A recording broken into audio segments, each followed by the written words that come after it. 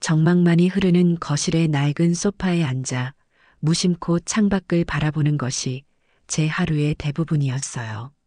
남편이 세상을 떠나고 하나뿐인 아들 지태를 결혼시켜 내보낸 뒤로 이 넓은 집은 저 혼자 감당하기에는 너무나 크게 느껴졌습니다. 텔레비전을 켜도 잠시뿐 사람의 목소리가 그리워 틀어놓는 라디오 소리만이 유일한 말벗이 되어주곤 했지요. 그러던 며칠 전 화요일 오후 지루한 일상의 작은 파문처럼 전화벨이 울렸습니다. 발신인을 확인하니 내 아들 세 글자가 선명했어요. 제 아들 지태는 이름만 대면 다 아는 대기업에 촉망받는 과장이거든요. 늘 바쁘다는 말을 입에 달고 사는 아들이라 이렇게 먼저 연락을 주는 건 참 드문 일이었습니다. 그래서 더 반가웠지요. 어머니, 저 지태예요. 별일 없으시죠? 그럼 별일 있겠니? 밥은 먹었고? 네, 방금 먹었어요. 다름이 아니라 이번 주말에 시간 괜찮으세요? 서연이가 어머니 맛있는 거 사드리고 싶다고 해서요. 며느리인 서연이의 이름이 나오자 제 입가에는 저도 모르게 미소가 번졌어요. 시집 온 지 3년이 다 되어가지만 살갑게 구는 성격은 아니라 조금 서먹한 사이였거든요. 그런 며느리가 저를 챙겨준다니 기특하기도 하고 어색함이 조금은 풀릴까 싶은 기대감도 생겼습니다. 어머, 그래. 나는 언제든 좋지. 너희만 시간 괜찮으면. 그럼 토요일 점심 어떠세요? 어머니 좋아하시는 한정식 집으로 예약해 놓을게요. 저희가 그날 12시까지 집으로 모시러 갈게요. 그래, 그러자꾸나. 운전 조심해서 오고. 전화를 끊고 나서도 한동안 심장이 두근거렸습니다. 며칠 뒤의 약속이 벌써부터 제 마음을 온통 차지해 버렸어요. 그날부터 저는 분주해지기 시작했습니다. 우선 냉장고를 열어 밑반찬거리를 확인했어요. 아들이 좋아하는 장조림과 멸치볶음, 며느리가 잘 먹던 오이소박이를 새로 담가야겠다고 생각했습니다. 식당에 가서 밥을 사준다지만 그래도 집에 들렀을 때 빈손으로 보내고 싶지 않은 게 어미의 마음 아니겠어요. 다음 날에는 아침 일찍부터 시장에 갔습니다. 가장 좋은 고기를 파는 단골 정육점에 들러 장조림용 소고기를 사고 파릇파릇한 오이를 한 알음 사들고 오는데 발걸음이 어찌나 가벼운지 몰라요.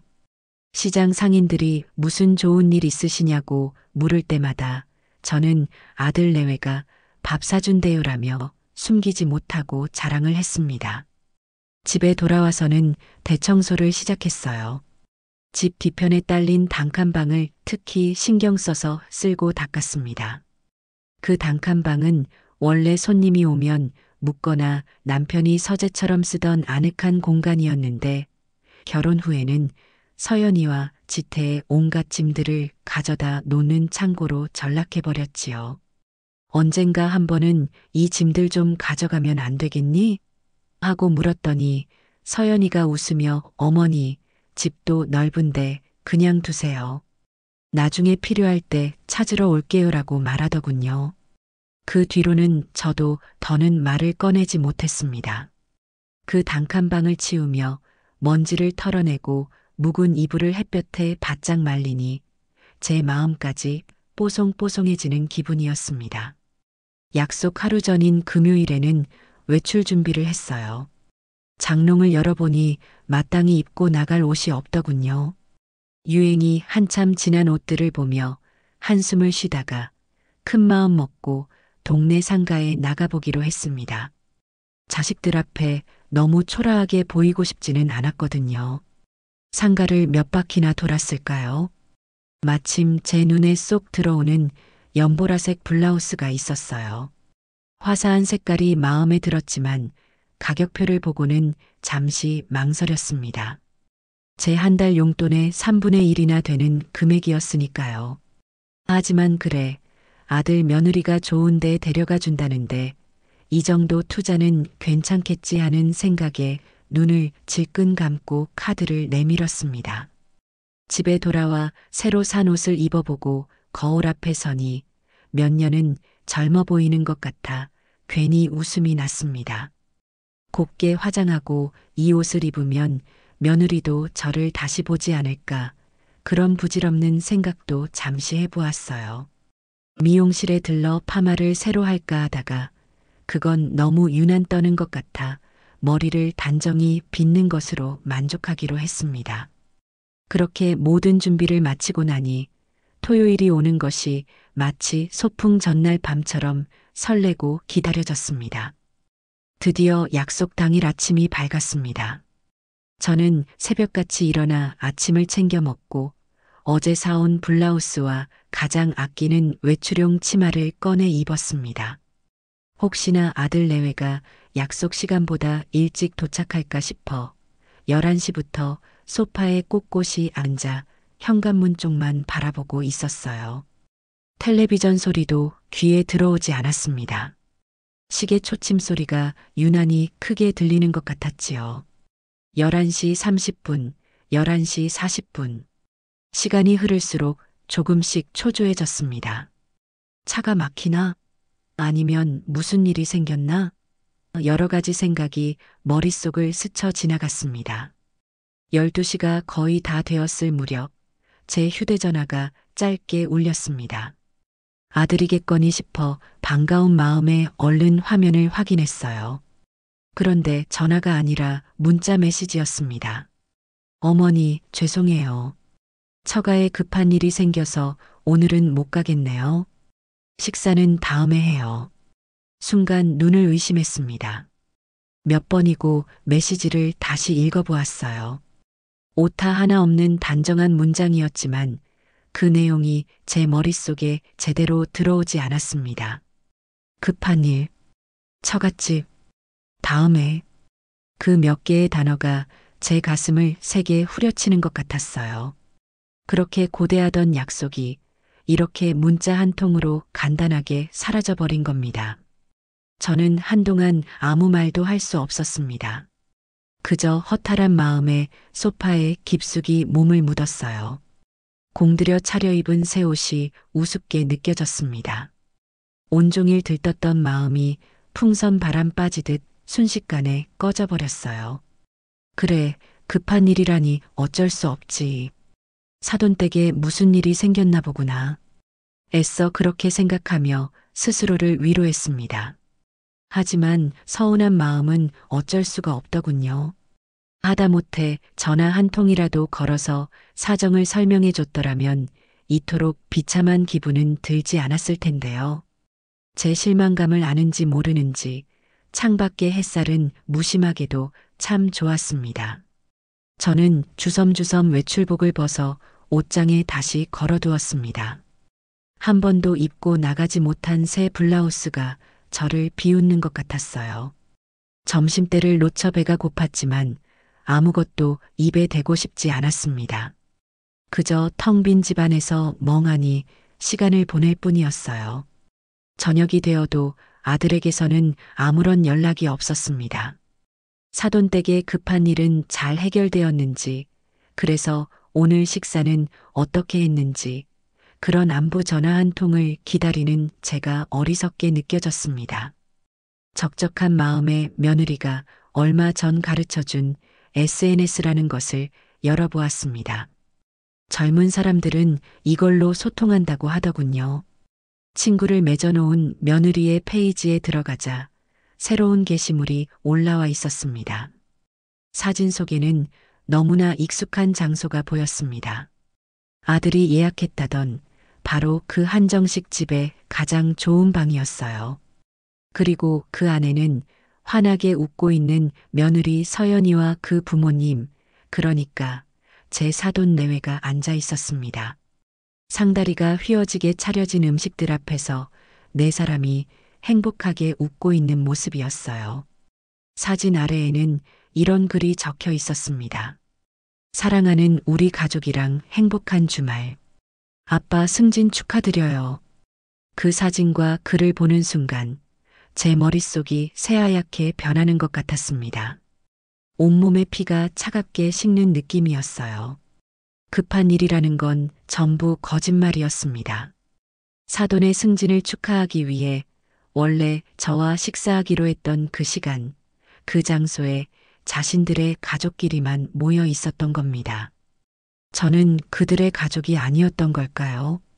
그렇다면 왜 굳이 거짓말까지 해야 했을까요? 차라리 솔직하게 사돈의 승진 축하 자리가 있다고 말했다면 저는 진심으로 축하해주고 기쁘게 약속을 미뤄주었을 겁니다. 하지만 아들 내외는 저를 완벽하게 속였습니다. 늙은 시어머니와의 귀찮은 약속을 취소하기 위해 너무나 손쉬운 거짓말을 한 것이지요. 배신감에 손이 부들부들 떨렸습니다. 지난 며칠간 설레는 마음으로 약속을 준비했던 제 모습이 떠올라 눈물이 핑 돌았어요. 새 옷을 사며 기뻐하던 제 자신이 한심하고 처량하게 느껴졌습니다. 그들에게 저는 그저 귀찮고 신경 쓰이는 존재일 뿐이라는 사실을 너무나 아프게 깨달았습니다. 저는 조용히 휴대전화 화면을 껐습니다. 더 이상 눈물도 나지 않았어요. 대신 가슴 깊은 곳에서부터 차가운 분노 같은 것이 천천히 피어오르기 시작했습니다. 평생을 자식 하나만 바라보고 자식의 성공을 제 기쁨으로 여기며 살아왔습니다. 며느리에게는 어려운 시어머니가 되지 않으려 늘 조심하고 불편하게 하지 않으려 애썼어요. 그런데 저에게 돌아온 것은 이런 취급이었습니다. 그날 밤 저는 잠을 이룰 수 없었습니다. 어둠 속에서 눈을 뜬 채 가만히 생각에 잠겼어요. 이 집, 이 가구들, 제 인생 전부를 바쳐 이룬 이 모든 것들, 그리고 저 한 구석을 차지하고 있는 아들 내외의 짐들, 모든 것이 부질없게 느껴졌습니다. 더 이상 이렇게 무시당하며 살 수는 없어요.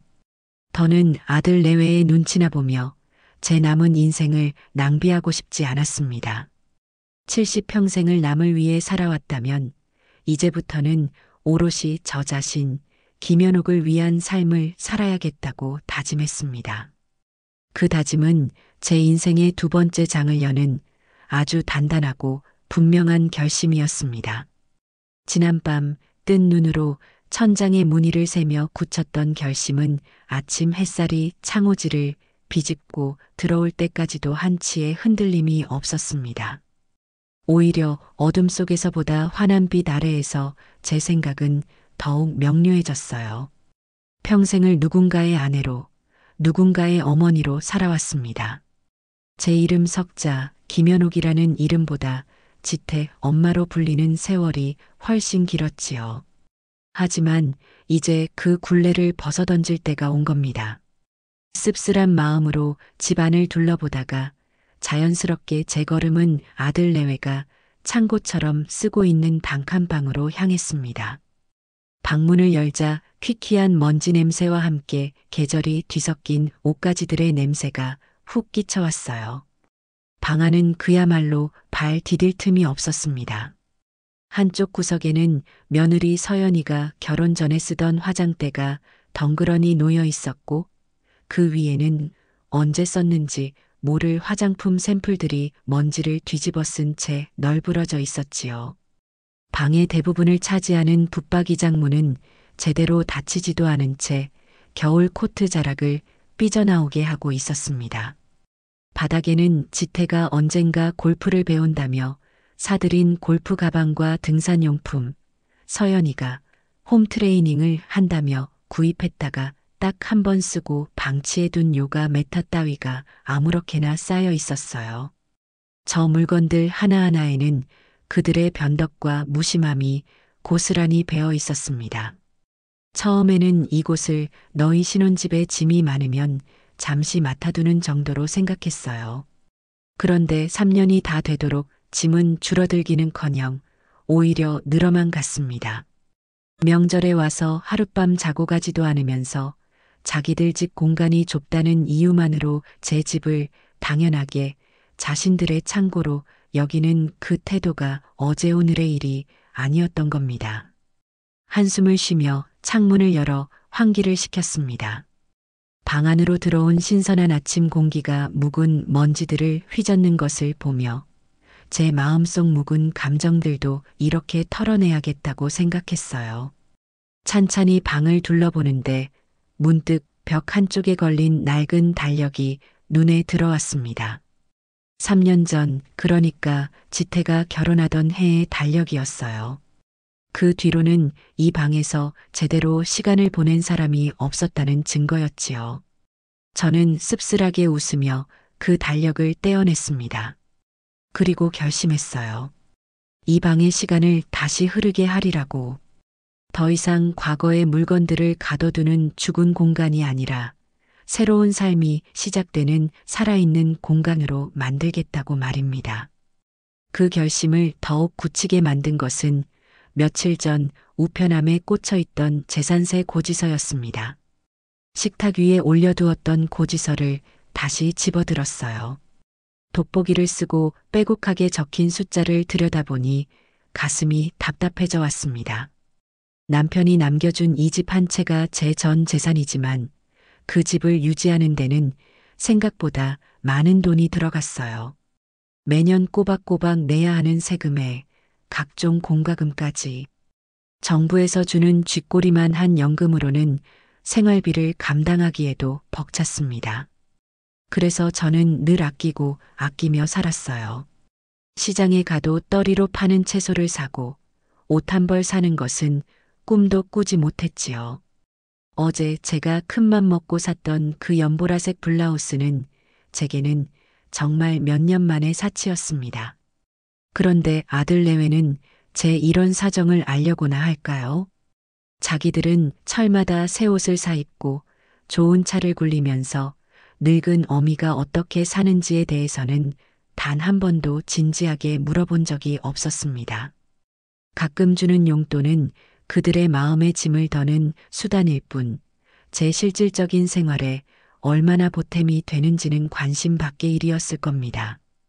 그들은 이곳을 공짜 창고로 쓰면서 그 공간을 유지하기 위해 제가 내는 세금과 관리비에 대해서는 단 한 번도 생각해 본 적이 없을 거예요. 서러운 마음이 파도처럼 밀려왔지만 이제는 울지 않기로 했습니다. 눈물은 약한 사람들이나 흘리는 것이지요. 저는 강해져야 했습니다. 이 집의 주인이자 내 인생의 주인으로 바로 서야 했어요. 고지서를 곧게 접어 서랍에 넣었습니다. 그리고는 곧장 수화기를 들어 오랫동안 알고 지낸 동네 인테리어 가게의 박 사장님에게 전화를 걸었습니다. 사장님, 다름이 아니라 저희 집 단칸방 하나를 좀 수리하고 싶은데 오늘 시간 괜찮으시면 한번 와서 봐주실 수 있을까요? 박 사장님은 남편이 살아있을 때부터 종종 집수리를 맡겼던 분이라 저를 잘 알고 있었습니다. 흔쾌히 오후에 들르겠다는 약속을 하고 전화를 끊었습니다. 저는 점심을 간단히 챙겨 먹고 박 사장님을 맞을 준비를 했어요. 우선 작은 방의 짐들을 한쪽으로 조금이나마 치워 사람이 드나들 공간을 만들었습니다. 짐을 옮기는 내내 이걸 다 어떻게 처리해야 하나 하는 생각에 머리가 지끈거렸지만 이미 마음을 정한 뒤라 막막함보다는 오히려 해내고야 말겠다는 오기가 생겼습니다. 오후 2시쯤 박 사장님이 공구 가방을 들고 찾아왔습니다. 구수한 인상의 박 사장님은 거실에 들어서자마자 제 안색부터 살피더군요. 어머님, 안색이 안 좋으십니다. 어디 편찮으신 데 있으세요? 아니에요, 사장님. 그냥 나이 드니 잠이 줄어서 그런가 봅니다. 어서 오세요. 저는 박 사장님을 단칸방으로 안내했습니다. 문을 열자 박 사장님은 방 안을 가득 채운 짐들을 보고는 혀를 내둘렀어요. 아이고, 이게 다 뭡니까? 지태가 쓰던 방 아니었나요? 짐이 이렇게나 많아서야 어디 발이나 디디겠습니까? 그러게 말입니다. 자식들 짐이 반이에요. 제가 이 방을 좀 고쳐서 사람 사는 방처럼 만들고 싶어서요. 도배도 새로 하고 장판도 깔고 좀 환하게 바꾸고 싶습니다.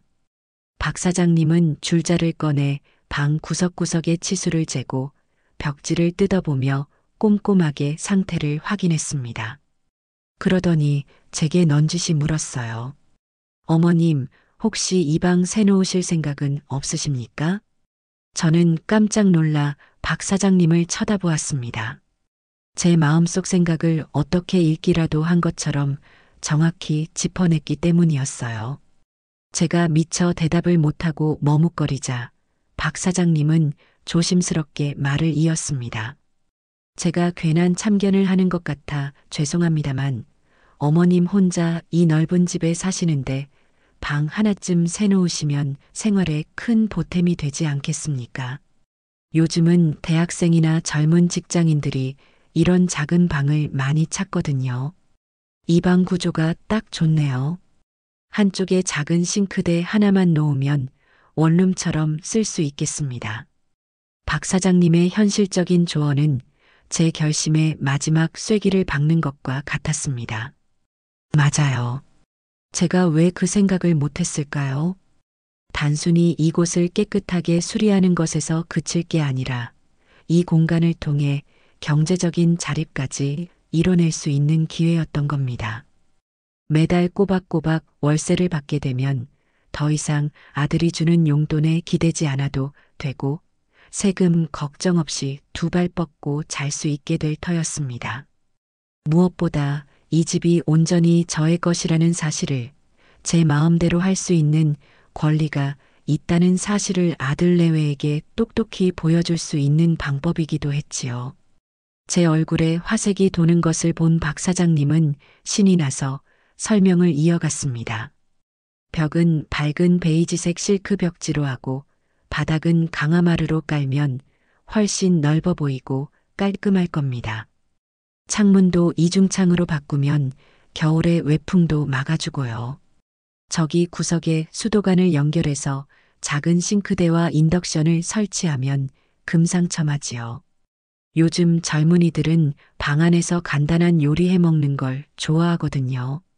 듣고만 있어도 새로운 공간이 눈앞에 그려지는 것 같았어요. 칙칙하고 죽어있던 공간이 젊음과 활기가 넘치는 새로운 보금자리로 탈바꿈하는 모습이 말입니다. 제 마음속에서 희망이라는 것이 싹 트는 기분이었습니다. 사장님, 그렇게 해주세요. 견적 좀 내주시겠어요? 이왕 하는 거 사장님이 추천해 주시는 대로 가장 좋은 걸로 하고 싶습니다. 제 단호한 말에 박 사장님은 잠시 놀란 듯 했지만 이내 고개를 끄덕이며 견적을 내기 시작했습니다. 수리 비용이 만만치 않았지만 저는 망설이지 않았어요. 남편이 남겨준 비상금 통장을 깨기로 마음먹었습니다. 그것은 미래를 위한 투자였으니까요. 더 이상 자식에게 기대어 사는 초라한 노인이 아니라 당당하게 내 힘으로 살아가는 김연옥이 되기 위한 첫걸음이었습니다. 박 사장님이 돌아가고 난 뒤 저는 다시 한번 단칸방에 들어섰습니다. 여전히 방 안은 잡동사니로 가득했지만 이제는 그것들이 단순한 짐으로 보이지 않았어요. 과거의 미련, 자식에 대한 헛된 기대, 그리고 저를 올가매던 모든 낡은 생각들의 집합체처럼 느껴졌습니다. 저는 그 한가운데 서서 조용히 선언했습니다. 이제 이곳의 주인은 너희가 아니다. 바로 나 김연옥이다. 그날 저녁 저는 오랜만에 밥 2공기를 뚝딱 비웠습니다. 그리고 텔레비전도 라디오도 켜지 않은 채 고요히 잠자리에 들었어요. 내일부터 시작될 새로운 일들에 대한 기분 좋은 긴장감과 희망이 저를 감싸 안았습니다. 며칠 전까지만 해도 서러움과 배신감에 잠 못 이루던 밤과는 완전히 다른 평화롭고 충만한 밤이었습니다. 다음 날 아침 동이 트자마자 저는 팔을 걷어붙였습니다. 인테리어 공사를 시작하기 전에 방을 가득 채운 짐들을 모두 치워야 했기 때문이지요. 어디서부터 손을 대야 할지 막막했지만 망설일 시간이 없었습니다. 우선 동네 철물점에서 가장 큰 사이즈의 박스와 테이프, 굵은 매직펜을 한 아름 사왔습니다. 그리고는 전쟁을 치르는 장수처럼 굳은 결의를 다지며 단칸방 문을 활짝 열었습니다. 가장 먼저 제 눈에 들어온 것은 행거에 아무렇게나 걸려있는 며느리 서연이의 옷들이었어요. 번쩍이는 로고가 박힌 명품 쇼핑백에 담긴 채 방치된 옷도 여러 벌이었습니다. 아마도 충동적으로 구매했다가 자기 집 옷장에 둘 자리가 없어 이곳에 가져다 놓은 것이겠지요. 저는 옷들을 하나하나 정성껏 개어 박스에 담기 시작했습니다. 옷을 개면서 생각했어요. 서연이는 이 옷들의 존재를 기억이나 할까? 아마 까맣게 잊고 있을지도 모릅니다. 그들에게 이 방은 그저 눈에 보이지 않는 물건들을 잠시 던져두는 그런 편리한 공간일 뿐이었으니까요. 옷들을 정리하고 나니 붙박이장이 모습을 드러냈습니다. 문을 열자 와르르 쏟아져 나오는 이불과 잡동사니들에 잠시 숨이 멎는 것 같았어요. 장 안에는 지태가 학창시절에 받은 상장들, 대학교 졸업 앨범, 심지어 군대 시절에 썼던 편지들까지 고스란히 보관되어 있었습니다. 한때는 제 자랑이자 삶의 이유였던 아들의 흔적들을 마주하니 만감이 교차했습니다. 상장 하나를 받아올 때마다 온 동네를 돌며 자랑하던 제 젊은 날이 떠올랐어요. 그 아들이 이제는 늙은 어미에게 거짓말을 하고 제 마음을 이토록 아프게 한다는 사실이 새삼 서글퍼졌습니다. 저는 잠시 상자에 담겨있던 지태의 앨범을 펼쳐보았습니다. 까까머리 중학생 시절, 늠름한 대학생 시절, 그리고 턱시도를 입고 서연이와 나란히 서서 웃고 있는 결혼식 사진까지. 사진 속의 아들은 언제나 환하게 웃고 있었어요.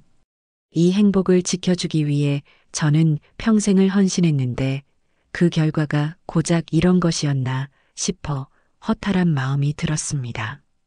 하지만 감상에 젖어 있을 시간은 없었어요. 저는 앨범을 조용히 덮어 박스에 넣었습니다. 과거는 과거일 뿐이지요. 저는 이제 미래를 향해 나아가야 했습니다. 짐을 정리하는 일은 생각보다 훨씬 고되고 시간이 많이 걸리는 작업이었습니다. 먼지를 마셔가며 허리를 굽혔다 폈다를 수백 번 반복하니 온몸이 땀으로 흠뻑 젖고 쑤셔오지 않는 곳이 없었어요. 하지만 이상하게도 마음은 점점 가벼워졌습니다. 박스 하나가 채워질 때마다 제 마음을 짓누르던 돌덩이 하나가 사라지는 기분이었습니다. 이것은 단순한 짐 정리가 아니었어요. 제 삶을 짓누르던 불필요한 감정들과 자식에 대한 헛된 기대를 정리하는 신성한 의식과도 같았습니다. 김지태 겨울 의류, 이서연 가방과 자파, 추억의 물건. 저는 박스마다 내용물이 무엇인지 꼼꼼하게 적었습니다. 나중에 딴소리를 하지 못하도록 그들의 물건을 소중히 다뤄 보관했다는 증거를 남겨두고 싶었거든요. 꼬박 이틀에 걸쳐 짐을 정리하고 나니 방 안에는 20개가 넘는 커다란 박스가 산더미처럼 쌓였습니다. 저는 이 박스들을 거실 한쪽 벽으로 옮겼습니다. 거실이 비좁아졌지만 어쩔 수 없었어요. 이 박스들은 이제 이 방의 주인이 아니라는 분명한 증표였습니다. 드디어 월요일 아침 박 사장님과 인부들이 도착했습니다. 낡은 벽지와 장판을 뜯어내고 쿵쾅거리는 소리와 함께 본격적인 공사가 시작되었어요. 소음과 먼지 때문에 머리가 아팠지만 저는 그 모든 과정이 즐겁기만 했습니다. 낡고 칙칙한 것들이 사라지고 그 자리에 새로운 희망이 채워지는 과정이었으니까요. 박 사장님은 약속대로 일 처리를 아주 꼼꼼하게 해주었습니다. 벽에 단열재를 보강하고 낡은 전선을 교체하는 기초 공사부터 소홀히 하는 법이 없었어요. 저는 매일 인부들을 위해 시원한 물과 간식을 챙겨주며 공사 과정을 지켜보았습니다. 어머님, 벽지 색깔은 이걸로 하시는 게 어떻겠습니까? 너무 하얗지도 않고 따뜻한 느낌을 줘서 방이 아늑해 보일 겁니다. 박 사장님이 보여준 샘플은 은은한 아이보리색이었습니다. 제 마음에 쏙 들었어요. 바닥재는 물이 묻어도 쉽게 닦이고 흠집이 잘 나지 않는다는 신소재로 골랐습니다. 하루하루 방이 변해가는 모습을 보는 것은 제게 큰 기쁨을 주었습니다. 낡은 창틀이 뜯겨나가고 반짝이는 이중창이 달리는 날에는 제 앞날도 저렇게 환하게 빛날 것만 같은 기분이 들었어요. 가장 기대되었던 것은 작은 주방이 만들어지는 과정이었습니다. 방 한쪽 구석에 수도관과 가스관을 연결하고 아담한 싱크대와 1구짜리 인덕션이 설치되었어요. 혼자 사는 사람이 쓰기에 부족함이 없는 실용적인 공간이었습니다. 타일을 고를 때도 박 사장님은 제 의견을 존중해 주었습니다. 저는 산뜻한 연두색 타일을 골랐어요. 칙칙했던 제 인생에도 저런 싱그러운 색깔이 필요하다고 생각했거든요. 공사가 한창 진행되던 어느 날 오후였습니다. 시끄러운 소리를 피해 거실 소파에 앉아 뜨개질을 하고 있는데 전화벨이 울렸습니다. 아들 지태였어요. 며칠 만에 걸려온 아들의 전화였지만 이제는 더 이상 반갑거나 설레지 않았습니다. 저는 아무렇지 않은 척 평소의 목소리로 전화를 받았습니다. 어머니, 저예요. 잘 지내시죠? 그럼 잘 지내고 말고. 넌 별일 없고? 네. 다름이 아니라 제가 이번 주말에 부장님이랑 골프 약속이 잡혔거든요. 혹시 제 방에 있는 골프채 좀 꺼내 놓으실 수 있으세요? 제가 퇴근하는 길에 잠깐 들러서 가져가려고요.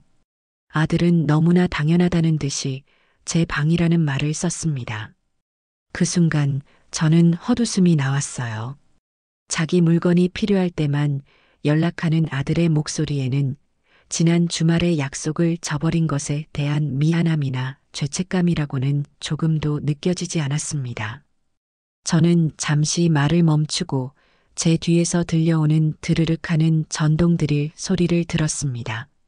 그리고는 아주 차분하고 담담한 목소리로 대답했어요. 아, 그거. 내가 상자에 잘 담아놨다. 지금 그 방 수리 중이거든. 전화기 너머의 아들은 제 말의 의미를 제대로 이해하지 못한 듯 했습니다. 네, 수리요? 갑자기 무슨 수리예요? 방이 너무 낡아서 도배도 새로 하고 장판도 깔고 있어. 사람이 살 수 있게끔 고치는 중이다. 저는 사람이 살 수 있게끔이라는 말에 힘을 주어 말했습니다. 하지만 아들은 그 깊은 뜻을 전혀 알아채지 못했어요. 아, 그러세요? 그럼 골프채는 어디다 두셨어요? 찾기 쉽게 꺼내 놓으셨죠? 아들의 관심은 오로지 자신의 골프채에만 있었습니다.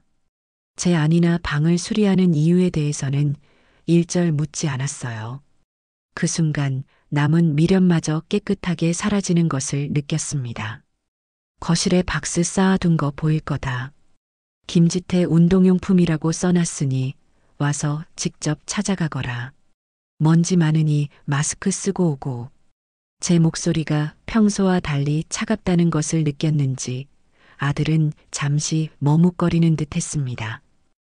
네, 알겠습니다. 그럼 저녁 때쯤 들를게요. 전화를 끊고 나서 저는 깊은 한숨을 내쉬었습니다. 서운함 때문이 아니었어요. 이제는 정말로 끝났다는 안도감 때문이었습니다. 아들은 여전히 저를 그리고 이 집을 자신의 소유물처럼 여기고 있었어요. 하지만 곧 그 생각이 얼마나 큰 착각이었는지 깨닫게 될 겁니다. 저는 뜨개질하던 것을 내려놓고 거실 한쪽에 쌓인 박스들 위로 하얀 천을 덮어주었습니다. 과거의 유물들에게 보내는 마지막 배려였습니다. 곧 이 집에는 새로운 주인이, 새로운 이야기가 시작될 테니까요. 일주일간의 공사가 끝나고 단칸방은 제가 상상했던 것 이상으로 완벽하게 새로운 공간으로 다시 태어났습니다. 문을 열고 들어서는 순간 은은한 아이보리색 벽지와 반짝이는 강화마루가 저를 반겨주었어요. 남양이라 햇살이 잘 드는 이중창 너머로는 푸른 나무들이 내다보여 마치 작은 숲속 오두막에 온 듯한 아늑함마저 느껴졌습니다. 한쪽 벽에 자리 잡은 연두색 타일의 아담한 주방은 공간에 생기를 더해 주었지요.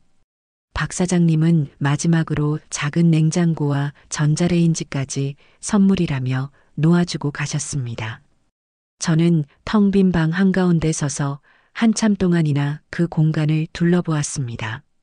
며칠 전까지만 해도 먼지 쌓인 잡동사니로 가득했던 창고가 이제는 누군가의 소중한 보금자리가 될 준비를 마친 것입니다. 이 방을 보고 기뻐할 새로운 사람을 생각하니 제 마음까지 덩달아 설레었어요. 이것은 단순한 방이 아니었습니다. 제 독립과 새로운 시작을 상징하는 공간이었으니까요. 이제 다음 단계는 새로운 식구를 찾는 일이었습니다. 저는 돋보기를 꺼내 쓰고 난생 처음으로 부동산 앱이라는 것에 도전해 보기로 마음먹었어요. 며느리가 예전에 깔아주었지만 한 번도 사용해 본 적 없던 앱을 열어 다른 사람들은 어떻게 방을 내놓았는지 한참을 구경했습니다. 그러고는 제 방의 장점을 하나하나 생각하며 정성껏 속에 글을 쓰기 시작했어요. 햇살이 잘 드는 따뜻하고 조용한 방입니다. 혼자 지내기에 딱 좋은 크기이며 간단한 취사가 가능한 주방 시설도 갖추어져 있습니다. 주변에 대학교와 지하철역이 가까워 교통이 편리합니다. 무엇보다 좋은 인연을 만나 따뜻한 식구처럼 지내고 싶습니다. 조용하고 깔끔하게 지내실 학생이나 직장인 여성분을 환영합니다. 글을 다 쓰고 나니 제법 그럴듯해 보였습니다. 저는 새로 꾸민 방의 사진을 여러 각도에서 예쁘게 찍어 함께 올렸습니다. 보증금 300만 원에 월세 40만 원. 주변 시세보다 조금 저렴하게 내놓았어요. 돈을 버는 것도 중요하지만 그보다 더 좋은 사람을 만나는 것이 우선이라고 생각했기 때문입니다. 모든 것을 마치고 등록 버튼을 누르니 마치 큰 시험을 치른 것처럼 심장이 두근거렸습니다. 과연 연락이 올까 걱정 반 기대 반의 마음으로 휴대전화를 손에 꼭 쥐고 기다렸어요. 놀랍게도 글을 올린 지 1시간이 채 되지 않아 첫 번째 문의 문자가 도착했습니다. 그 후로도 여기저기서 연락이 오기 시작했어요. 저는 약속 시간을 잡아 주말 동안 몇몇 사람들에게 집을 보여주기로 했습니다. 처음으로 집을 보러 온 사람은 근처 회사에 다닌다는 젊은 여성이었어요. 방을 보자마자 마음에 든다며 감탄했지만 이내 이것저것 따지기 시작하더군요. 월세를 조금 깎아주실 수는 없나요? 그리고 혹시 반려동물은 키워도 되나요? 저는 단호하게 안 된다고 말했습니다. 두 번째로 온 사람은 아직 직장을 구하는 중이라고 자신을 소개했는데 어쩐지 행색이 단정치 못하고 말투도 불손해서 마음에 들지 않았어요. 몇 사람을 더 만나보았지만 제 마음에 쏙 드는 인연을 찾기란 쉽지 않았습니다. 조금 지쳐갈 무렵인 일요일 오후 마지막으로 집을 보러 오기로 한 사람이 벨을 눌렀습니다. 문을 열자 맑고 선한 눈매를 가진 앳된 얼굴의 여학생이 수줍게 서 있었습니다. 자신을 근처 미술대학에 다니는 박수진이라고 소개하더군요. 학생은 제게 정중하게 인사를 하고 신발을 벗어가지런히 돌려놓는 모습에서부터 예의가 발라 보였습니다. 안녕하세요, 할머니. 방 보러 왔어요. 저는 수진 양을 방으로 안내했습니다. 방을 본 수진 양의 눈이 동그래지며 환하게 빛났어요. 우와, 정말 예뻐요. 사진으로 본 것보다 훨씬 아늑하고 깨끗하네요. 수진 양은 방 구석구석을 둘러보며 진심으로 감탄했습니다. 창문을 열어 바깥 풍경을 보기도 하고 작은 주방의 수도를 틀어 물이 잘 나오는지 확인하기도 했어요. 그 모습이 깐깐하게 느껴지기보다는 자신의 새로운 공간을 소중히 여기는 마음으로 느껴져 흐뭇했습니다. 할머니, 제가 이 방에 들어와도 될까요? 정말 마음에 들어요. 앞으로 조용히 그리고 깨끗하게 잘 쓸 자신 있어요. 수진 양의 진심 어린 눈빛을 보는 순간 저는 이 학생이라면 믿고 방을 내어줄 수 있겠다는 확신이 들었습니다. 우리는 그 자리에서 바로 계약서를 썼습니다. 수진 양은 당장 다음 주 토요일에 이사하고 싶다고 했고 저는 그러라고 흔쾌히 허락했어요. 보증금을 송금받고 계약서에 도장을 찍고 나니 드디어 큰일을 해냈다는 생각에 마음이 놓였습니다. 수진 양이 돌아가고 난 뒤 저는 텅 빈 방을 보며 미소를 지었어요. 이제 곧 이 공간에 새로운 온기가 채워질 겁니다. 약속한 토요일이 되었습니다. 아침부터 이삿짐 센터 트럭이 집 앞에 도착하고 수진 양이 아버지와 함께 짐을 옮기기 시작했습니다. 짐이라고 해봤자 옷가지가 든 상자 몇 개와 책, 그리고 그림 도구들이 전부인 단출한 살림이었어요. 저는 시원한 보리차를 내어주며 땀 흘리는 부녀를 도왔습니다. 수진 양의 아버지는 연신 제게 고개를 숙이며 자기 딸을 잘 부탁한다고 패 끼치는 일 없도록 단단히 가르쳤다고 말했습니다. 저는 손을 내저으며 걱정 마시라고 제가 딸처럼 잘 챙겨주겠다고 안심시켜 드렸지요. 한창 짐을 정리하고 있을 때였습니다. 아무런 예고도 없이 현관문 비밀번호를 누르는 소리가 들리더니 아들 내외가 들이닥쳤습니다. 아마도 주말을 맞아 근처에 왔다가 자기들 짐을 쌓아두었던 그 단칸방에서 물건을 찾으러 온 모양이었어요. 어머니, 저 왔어요. 서연이가 지난번에 두고 간 가방 좀. 거실에 놓인 낯선 이삿짐 상자들을 발견한 아들 지태의 말이 끊겼습니다. 그리고 그 뒤를 따라 들어오던 며느리 서연이의 표정은 순식간에 차갑게 굳어버렸어요. 그들의 시선은 곧장 활짝 열려있는 단칸방으로 향했습니다. 완전히 바뀐 방의 모습과 그 안에서 짐을 풀고 있는 낯선 여자, 수진 양의 모습에 두 사람은 할 말을 잃은 듯 그 자리에 못 박혀 서 있었습니다. 가장 먼저 침묵을 깬 것은 며느리 서연이었습니다. 저를 향해 날카롭게 소리치더군요. 어머니, 이게 다 뭐예요? 저 여자는 누구고 이 방은 또 왜 이래요? 저희 방을 왜 마음대로 바꾸신 거예요? 며느리의 고성에 놀란 수진 양과 그 아버지가 어리둥절한 표정으로 방에서 나왔습니다. 저는 애써 태연한 표정을 지으며 이삿짐을 나르느라 고생하는 수진 양의 아버지를 먼저 챙겼습니다. 아이고, 사장님. 놀라셨죠? 제 아들하고 며느리입니다. 인사하세요. 그리고는 아들 내외를 향해 차분하지만 단호한 목소리로 말했습니다. 너희에게는 미리 말할 필요성을 못 느꼈다. 그리고 여긴 너희 방이 아니라 오늘부터 수진 양이 살게 될 방이다. 이 집의 새로운 세입자시니 너희도 예의를 갖추어라. 제 말에 며느리는 기가 막힌다는 듯 헛웃음을 쳤습니다. 세입자요? 어머니, 지금 제정신이세요? 저희 짐은 다 어디다 치우시고 저희랑 상의 한마디 없이 어떻게 사람을 들릴 수가 있으세요? 이 방 엄연히 저희가 쓰던 공간이잖아요. 너희가 쓰던 공간이라는 말에 저는 더 이상 참을 수가 없었습니다. 쓰던 공간? 너희는 이 방을 쓴 게 아니라 너희 집 창고가 좁다는 이유로 잡동사니를 처박아 둔 것뿐이다. 지난 3년간 이 방에서 단 하룻밤이라도 잔 적 있니? 아니면 이 방을 유지하기 위해 관리비 한 푼이라도 보탠 적 있어? 이 집은 내 집이고 이 방도 내 방이다. 내 것을 내가 내 마음대로 하겠다는데 너희에게 허락받을 이유는 조금도 없다. 제 단호한 태도에 아들 지태가 당황하며 나섰습니다. 어머니, 그래도 이건 너무 심하시잖아요. 저희 짐은요? 그건 다 어쩌고요? 니들 짐? 저기 거실에 박스 보이지?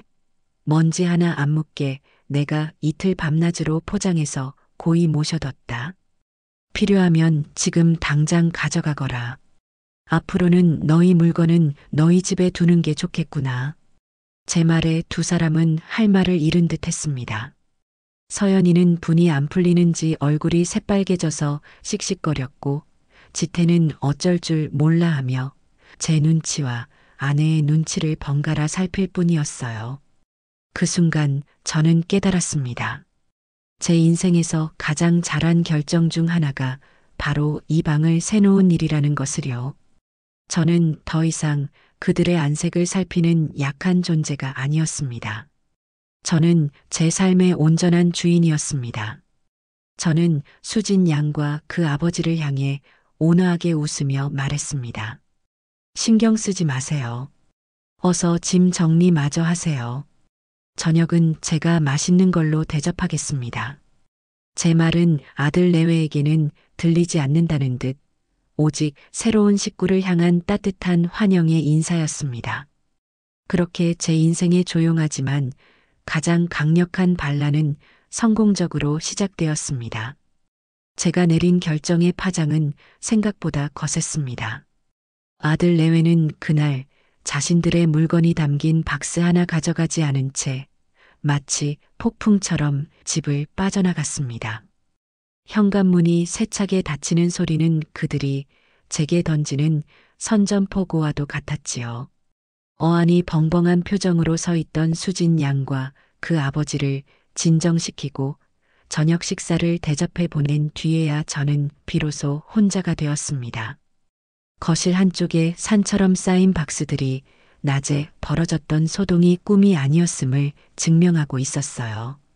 저는 잠시 그 앞에 서서 생각에 잠겼습니다. 후회는 없었어요. 오히려 늦게나마 제자리를 찾은 듯한 안도감과 앞으로 어떤 일이 닥쳐도 흔들리지 않으리라는 굳은 결의만이 제 마음을 채웠습니다. 아니나 다를까 그날 밤늦게 며느리 서연이에게서 전화가 걸려왔습니다. 낮에 흥분이 채 가라앉지 않은 목소리였어요. 어머니, 저 서연이에요. 잠깐 통화 좀 하실 수 있으세요? 평소와는 다른 가시가 잔뜩 돋친 말투였습니다. 저는 조용히 소파에 앉아 수화기를 귀에 댔습니다. 그래, 무슨 할 말이라도 남았니? 네, 남았어요. 아무리 생각해도 어머니 행동을 이해할 수가 없어서요. 어떻게 저희랑 상의 한마디 없이 그런 일을 벌이실 수가 있어요? 저희가 남이에요? 하나뿐인 아들이고 며느리잖아요. 서연이는 가족이라는 단어를 방패처럼 내세우며 저를 비난하기 시작했습니다. 하지만 그들이 먼저 그 방패를 내던지지 않았던가요? 저는 차분하게 대답했습니다. 가족이니까 그랬다. 남이었으면 진작에 짐 빼라고 내용 증명이라도 보냈겠지. 3년이다. 너희가 그 방을 창고로 쓴지 그 시간 동안 너희는 단 한 번이라도 내게 고맙다거나 미안하다는 말을 한 적이 있었니? 그게 지금 중요해요? 저희가 언제 방세 낸다고 했어요? 어머니도 저희 집 맡아주시면서 별말 없으셨잖아요. 이제 와서 갑자기 돈 몇 푼 때문에 이러시는 거 너무 야박하다고 생각하지 않으세요? 돈 몇 푼. 그 말이 제 가슴을 쳤습니다. 이 모든 일이 돈 때문에 벌어진 일이라고 생각하는 며느리의 얄팍한 생각이 저를 허탈하게 만들었어요. 돈 문제가 아니라고 했을 텐데. 이건 존중의 문제다. 너희는 나를 그리고 내 공간을 존중하지 않았어. 그러니 나도 더는 너희를 존중하며 기다려줄 필요가 없다고 판단한 것뿐이다. 존중이요? 그래서 생판 남인 기집애는 들여도 아들 내외 짐은 그렇게 내쫓으셔야 했어요? 어머니, 그러다 벌 받아요. 늙어서 돈 욕심 부리면 자식들 다 등 돌리는 거 한순간이에요. 며느리는 마지막 말에 온갖 악의를 담아 쏘아붙였습니다. 하지만 저는 더 이상 그 말에 상처받지 않았어요. 이미 제 마음은 단단하게 굳어 있었으니까요. 벌은 누가 받을지 두고 보면 알겠지. 그리고 한 가지만 정정하마. 나는 돈 욕심을 부린 게 아니라 내 권리를 찾은 거다. 더 할 말 없으면 끊겠다. 늦은 밤에 소란 피우지 말고 어서 자거라. 저는 며느리가 무어라 더 소리치기 전에 조용히 통화 종료 버튼을 눌렀습니다. 휴대전화를 내려놓자 온몸에 힘이 빠지는 기분이 들었어요. 하지만 마음 한편은 놀랍도록 고요하고 평화로웠습니다. 해야 할 말을 했다는 후련함 때문이었을 겁니다. 다음 날은 사돈에게서 전화가 걸려왔습니다. 서연이가 자기 엄마에게 온갖 이야기를 다 늘어놓은 것이 분명했어요. 사돈은 처음에는 점잖은 척 걱정하는 투로 말을 시작했습니다. 사부인, 저 서연이 엄마예요. 어제 지태한테 얘기 듣고 깜짝 놀랐지 뭐예요. 연세도 있으신데 혼자서 어떻게 그런 큰일을 결정하셨어요. 혹시라도 나쁜 사람이라도 들이면 어쩌시려고요. 걱정해 주셔서 감사합니다, 사부인. 하지만 제가 직접 만나보고 신중하게 결정한 사람이니 괜찮습니다. 제 단호한 대답에 사돈은 본색을 드러내기 시작했습니다. 그래도 그렇지요, 사부인. 어른이시면 좀 더 넓게 생각하셨어야지요. 애들이 아직 집이 좁아서 그런 걸 어떡하겠어요. 사부인 댁이 넓으니 좀 의지한 것 가지고 그걸 그렇게 내치시면 애들 상처가 얼마나 크겠어요. 지태가 중간에서 얼마나 난처하겠냐고요. 저는 어이가 없어서 웃음이 나올 뻔했습니다. 자기 딸 상처받는 것만 생각하고 지난 3년간 불편함을 감수해온 제 마음은 조금도 헤아리지 않는 이기적인 말투였어요. 사부인, 지태가 난처한 건 제 탓이 아닙니다. 아내와 어머니 사이에서 중심을 잡지 못하고 끌려다니는 아들 자신의 문제겠지요. 그리고 저는 아무도 내치지 않았습니다. 다만 제 집의 빈방을 더 이상 창고로 쓰지 않겠다고 했을 뿐입니다. 말씀이 좀 지나치시네요, 사부인. 저희 서연이가 얼마나 싹싹하고 착한 애인데요. 사부인께 얼마나 잘하려고 노력하는데. 저는 사돈의 말을 중간에 끊었습니다. 더 이상 이 무의미한 대화를 이어가고 싶지 않았거든요. 사부인께서 따님을 귀하게 여기시는 마음은 잘 알겠습니다. 하지만 제게 그런 말씀을 하실 이유는 없는 것 같네요. 이건 저희 집안일이니 저희가 알아서 해결하겠습니다. 이만 끊겠습니다. 저는 정중하지만 단호하게 전화를 끊었습니다. 연이어 터지는 문제들에 잠시 피곤함이 몰려왔지만 동시에 이상한 해방감도 느꼈어요. 그동안은 사돈이라는 관계 때문에 아들 내외의 체면 때문에 하고 싶은 말이 있어도 꾹꾹 눌러 참아왔습니다. 하지만 이제는 그럴 필요가 없었어요. 저는 그저 김연옥으로서 제 생각을 당당하게 말하면 되는 것이었습니다. 그 주 주말, 이번에는 아들 지태가 혼자 저를 찾아왔습니다. 며느리와 사돈을 동원한 압박이 통하지 않자 마지막 수단으로 아들을 보낸 것이겠지요. 지태는 잔뜩 풀이 죽은 얼굴로 거실 소파에 앉았습니다. 그리고는 쭈뼛거리며 봉투 하나를 제게 내밀었어요. 어머니, 이거요. 봉투 안에는 현금 50만 원이 들어 있었습니다. 이게 뭐냐? 앞으로는 매달 용돈 이만큼씩 드릴게요. 그러니까 그 학생 내보내시면 안 될까요? 위약금은 저희가 물어줄게요. 어머니, 저희도 이제 자리 잡으려면 돈 모아야 하는데 월세 받자고 이러시는 건 좀 아니잖아요. 순간 제 안에서 무언가 툭 하고 끊어지는 소리가 났습니다. 아들은 아직도 제가 돈 때문에 이러는 것이라고 굳게 믿고 있었어요. 제가 그토록 존중에 대해 이야기했는데도 아들은 제 말을 조금도 이해하지 못했던 겁니다. 그들에게 세상 모든 문제는 돈으로 해결 가능한 것이었을까요?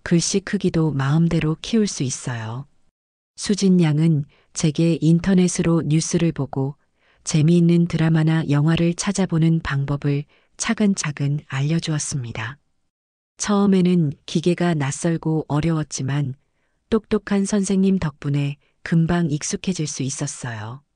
저는 난생 처음으로 제가 보고 싶을 때 언제든 지난 드라마를 다시 볼 수 있다는 사실에 신기해하며 밤늦도록 태블릿 PC를 들여다보기도 했습니다. 그러던 어느 날이었습니다. 수진 양이 자기 방에서 쓰다 남은 커다란 종이와 물감들을 정리하다 말고 저를 불렀어요. 할머니, 할머니도 그림 한번 그려보실래요? 저는 손사래를 쳤습니다. 내가 무슨 그림을 그려? 소질도 없고 해본 적도 없는 걸. 에이, 거짓말. 아까 창고 정리하다가 이거 봤는데 솜씨가 보통이 아니시던데요? 수진 양이 제 앞으로 내민 것은 제가 결혼 전 아주 잠깐 그렸던 낡은 스케치북이었습니다. 아들 내외 짐을 정리하다가 발견하고는 차마 버리지 못해 창고 깊숙한 곳에 넣어두었던 것이었지요. 잊고 있던 과거의 편린을 마주하니 얼굴이 화끈거렸습니다. 이걸 어떻게 이건 그냥 젊을 때 심심해서 끄적거려 본 거야. 부끄러우니 어서 버려라. 왜 버려요? 이렇게 잘 그리셨는데. 할머니, 지금이라도 다시 시작해 보세요. 제가 옆에서 도와드릴게요. 할머니만의 멋진 취미가 될 수 있을 거예요. 수진 양의 반짝이는 눈을 보니 저도 모르게 마음이 움직였습니다. 그림을 그릴 때만큼은 세상 모든 시름을 잊고 행복했던 젊은 날의 기억이 아련하게 떠올랐어요. 하지만 수십 년간 붓을 놓았던 제가 과연 다시 그림을 그릴 수 있을까 자신이 없었습니다. 제 망설임을 눈치챈 수진 양은 다음 날 제 손을 이끌고 동네 화방으로 데려갔습니다. 자, 할머니. 여기서 마음에 드는 걸로 한번 골라보세요. 처음에는 수채화가 다루기 쉬울 거예요. 화방 안을 가득 채운 알록달록한 물감과 다양한 종류의 붓들을 보니 잠자고 있던 제 안의 창작 욕구가 스멀스멀 깨어나는 것 같았어요. 저는 수진 양의 도움을 받아 가장 기본적인 수채화 도구 세트를 샀습니다. 그날 저녁 저는 식탁에 하얀 도화지를 펼쳐놓고 수십 년 만에 처음으로 붓을 잡았습니다. 손이 떨리고 어색했지만 물감이 종이에 스며드는 느낌이 참 좋았어요. 처음에는 사과나 꽃 같은 간단한 정물부터 그리기 시작했습니다. 생각처럼 쉽지는 않았지만 수진 양이 옆에서 색을 섞는 법, 명암을 표현하는 법 등을 친절하게 가르쳐 주었습니다. 저는 매일매일 그림을 그렸습니다. 그림을 그리는 동안에는 아들 내외에 대한 서운함도 미래에 대한 불안감도 모두 잊을 수 있었어요. 오직 하얀 도화지와 저 자신만이 존재하는 고요한 세상이었습니다. 어느덧 제 그림 솜씨는 제법 늘어 창밖의 풍경이나 동네 골목길을 그릴 수 있게 되었습니다.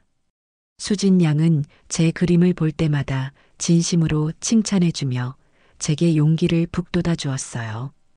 우와, 할머니. 이 그림 정말 멋져요. 색감이 정말 따뜻해요. 할머니 마음이 담겨 있어서 그런가 봐요. 그 칭찬 한마디에 저는 세상을 다 얻은 것처럼 기뻤습니다. 월세를 받아 생활에 여유가 생기고 그림이라는 새로운 즐거움을 찾게 되니 제 삶은 하루가 다르게 풍요로워졌습니다. 얼굴에는 웃음이 많아졌고 꼿꼿했던 어깨와 허리도 부드럽게 펴지는 것 같았어요. 아들 내외에게서는 여전히 감감무소식이었습니다. 거실 한쪽에 쌓아둔 그들의 짐은 주인을 잃은 채 먼지만 쌓여가고 있었지요. 하지만 저는 더 이상 그들의 연락을 기다리지 않았습니다. 그림을 그리고 수진 양과 이야기를 나누고 태블릿 PC로 새로운 세상을 구경하는 제 일상은 너무나 바쁘고 즐거웠으니까요. 그들의 침묵은 더 이상 제게 상처를 주지 못했습니다. 오히려 그들이 없는 지금의 평화가 깨지지 않기를 바라는 마음이 더 컸어요. 저의 무관심이야말로 저를 길들이려 했던 그들에게 가장 큰 복수가 아닐까 하는 생각도 들었습니다. 저는 그렇게 저 자신만의 속도로 온전한 행복을 찾아가고 있었습니다. 가을이 깊어가던 어느 날이었습니다. 저는 수진 양과 함께 거실에 앉아 각 구운 고구마를 나눠 먹으며 텔레비전을 보고 있었어요. 마침 저녁 뉴스에서 경제 소식이 흘러나오고 있었습니다. 요즘 경기가 어렵다는 이야기와 함께 여러 대기업들이 구조조정에 들어갔다는 내용이었지요. 그러다 앵커의 입에서 익숙한 이름이 흘러나왔습니다. 바로 제 아들 지태가 다니는 S그룹이었습니다. 국내 굴지의 대기업인 S그룹 역시 실적 악화를 이유로 일부 계열사에 대해 대규모 희망퇴직을 실시할 예정이라고 밝혔습니다. 순간 제 손이 멈칫했습니다. 수진 양도 놀랐는지 제 눈치를 살피더군요. 할머니, 지태 아저씨 괜찮으실까요? 글쎄다. 괜찮겠지. 내 아들이 어떤 녀석인데. 알아서 잘 헤쳐나갈 거다. 저는 애써 태연하게 말했지만 마음 한구석이 서늘해지는 것은 어쩔 수 없었습니다. 비록 아들과 냉전 중이기는 했지만 자식이 어려움을 겪을 수 있다는 소식에 마음이 편할 어미는 세상에 없을 테니까요. 하지만 제가 먼저 연락해서 아는 척을 할 수는 없는 노릇이었습니다. 그것은 제가 지키고자 했던 자존심의 문제이기도 했고 아들이 스스로의 힘으로 어려움을 이겨내기를 바라는 마음 때문이기도 했습니다. 저는 그저 속으로 아들이 무사하기를 기도할 뿐이었어요. 그 후로 며칠이 지났습니다. 저는 애써 그 뉴스를 잊으려 노력하며 그림 그리기에만 몰두했어요. 그런데 이번에는 전혀 예상치 못한 곳에서 연락이 왔습니다. 바로 사돈, 서연이 엄마였습니다. 지난번에 그 일 이후로는 처음 있는 연락이었지요. 전화를 받을까 잠시 망설였지만 받지 않으면 더 시끄러워질 것 같아 마지못해 통화 버튼을 눌렀습니다. 그런데 수화기 너머로 들려오는 사돈의 목소리는 예전에 그 당당하고 기세등등하던 목소리가 아니었습니다. 잔뜩 기어들어가는 목소리에는 물기까지 어려 있는 듯 했어요. 저 사부인 접니다. 네, 사부인. 무슨 일이세요? 다름이 아니라 제가 드릴 말씀이 있어서요. 혹시 이번 주말에 잠깐 뵐 수 있을까요? 저희가 사부인 댁으로 가겠습니다. 사돈은 무언가 큰일이 있는 듯 말을 심하게 더듬으며 횡설수설했습니다. 저는 직감적으로 좋지 않은 일이 생겼음을 느꼈어요. 썩 내키지는 않았지만 무슨 일인지 들어는 봐야 할 것 같아 그러라고 했습니다. 약속한 토요일 오후 아들 내외와 사돈 부부가 모두 저희 집을 찾아왔습니다. 네 사람 모두의 얼굴에는 짙은 수심이 가득했어요. 특히 사돈의 눈은 퉁퉁 부어 있었고 며느리 서연이도 고개를 푹 숙인 채 제 눈을 마주치지 못했습니다. 저는 그들을 거실로 들였습니다. 거실 한쪽에 여전히 산처럼 쌓여있는 자신들의 짐을 본 아들 내외의 표정이 잠시 굳어지는 것 같았지만 이내 아무 말도 하지 못했어요. 무거운 침묵이 한참이나 흘렀습니다. 제가 먼저 입을 열지 않자 보다 못한 사돈이 어렵게 말문을 열었습니다. 사부인 면목이 없습니다. 저희가 집을 잃게 생겼습니다. 알고 보니 사돈 내외가 살던 전셋집이 소위 말하는 깡통 전세였던 겁니다. 집주인이 은행 빚을 갚지 못해 집이 경매로 넘어가게 되었고 사돈은 전세 보증금을 한 푼도 돌려받지 못할 위기에 처한 것이었어요. 하루아침에 평생 모은 재산을 날리고 길거리에 나앉게 될 신세가 된 것이었습니다. 그래서 저희가 갈 곳이 마땅치가 않아서 사부인께 염치 없는 부탁을 좀 드리려고 합니다. 사돈의 말이 끝나자 이번에는 아들 지태가 나섰습니다. 지태의 얼굴도 며칠 사이에 반쪽이 되어 있었습니다. 아마도 회사 문제와 처가의 문제가 겹쳐 마음고생이 심했던 모양입니다. 어머니, 장인어른이랑 장모님이 당장 지내실 곳이 없습니다. 집을 새로 구할 때까지만이라도 잠시만 어머니 댁에 머무시면 안 될까요? 그 말을 듣는 순간 저는 제 귀를 의심했습니다. 지금 이 사람들이 제게 무슨 말을 하고 있는 건가 싶었어요. 불과 몇 달 전 자신들의 짐을 놓을 공간이 사라졌다고 저를 돈만 밝히는 무정한 늙은이 취급하며 온갖 비난을 퍼부었던 바로 그 사람들이었습니다. 그랬던 그들이 이제 와서 자신들의 부모를 제 집에 받아달라고 부탁하고 있는 겁니다. 저는 아무 말도 하지 않고 그저 네 사람의 얼굴을 차례로 훑어보았습니다. 며느리 서연이는 이제는 거의 울기 직전의 표정으로 저를 올려다보고 있었어요. 그 오만하고 당당하던 모습은 온데간데 없었습니다.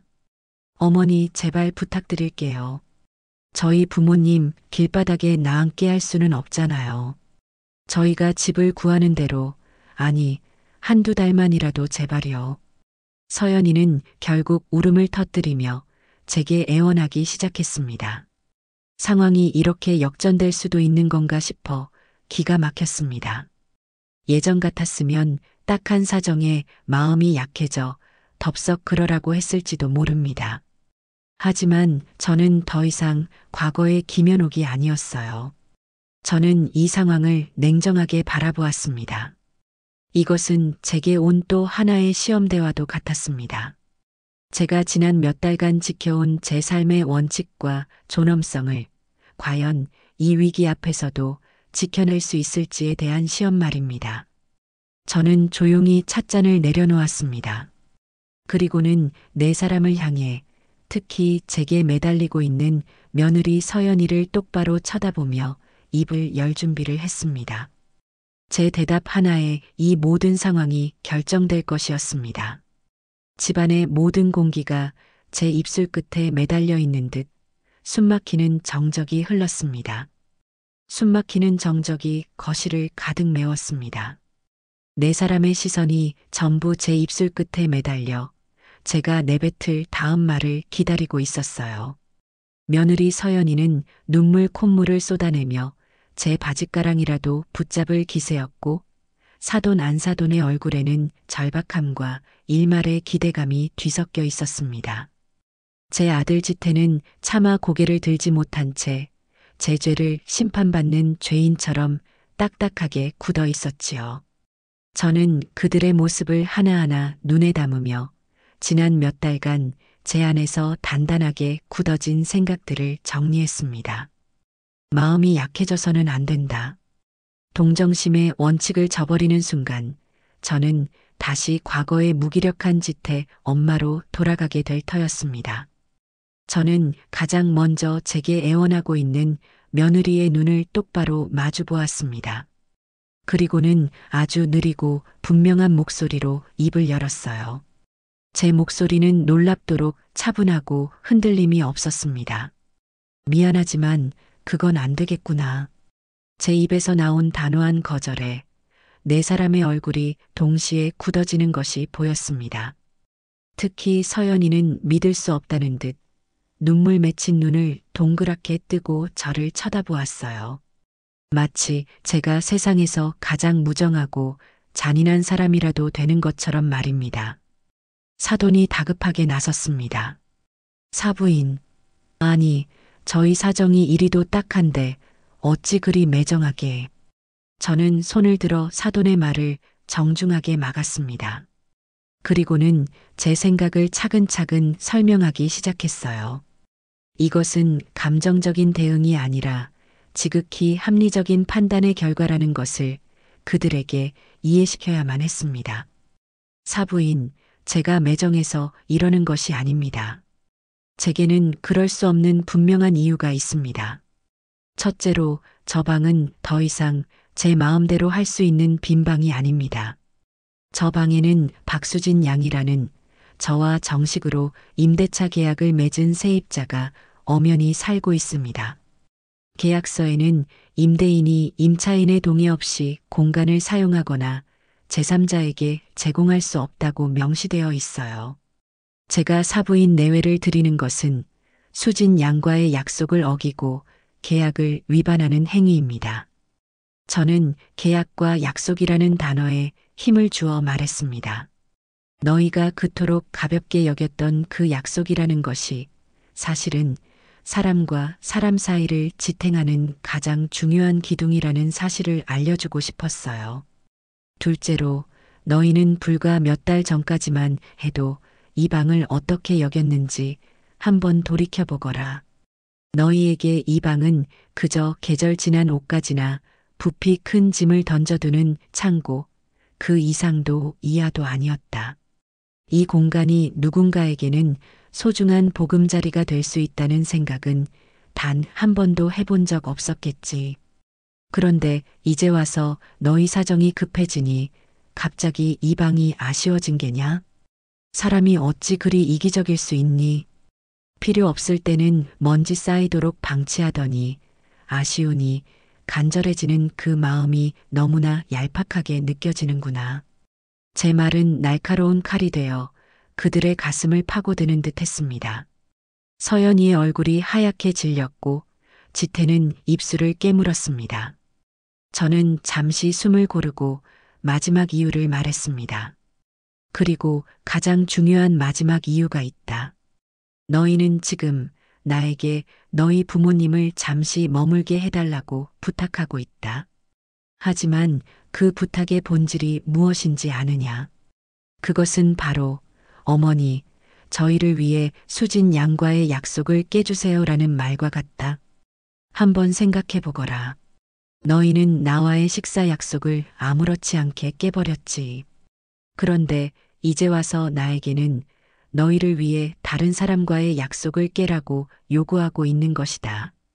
내가 과연 그래야 할 의무가 있을까?